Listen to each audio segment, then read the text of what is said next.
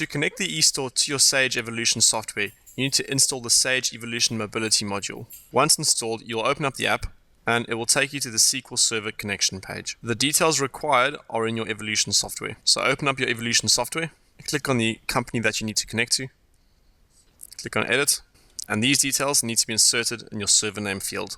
So click Refresh, click on the drop-down arrow, and select your server. Make sure that it corresponds exactly with the server on the right. You will have two options to access your SQL Server connection. Use either Windows Authentication or SQL Server Authentication. In this case, we'll use Windows NT. If you do use Windows SQL Server Authentication and you're not familiar with your login name or password, please either contact your Sage Evolution dealer or one of the Sage Evolution support staff. For this example, we'll be using Windows NT. Once you've selected your authentication protocol, we now need to connect to a database. Click on the drop-down menu and select the required one. Click on Test.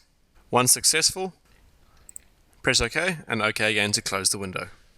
Our next step is to select the warehouse that the eStore will be pulling its stock and pricing data from. If you're using no warehouses, you may select none, or if you're using multiple warehouses, select the relevant warehouse from the drop-down list. In this case, we will use Master Warehouse. We now need to choose our price list that will be displayed on the web store. Typically, one would select the retail price list as we'd be selling to the general public. We can also grant users login access to the different price lists available. To get your store credentials, please contact Andre.delaharpe on the details below.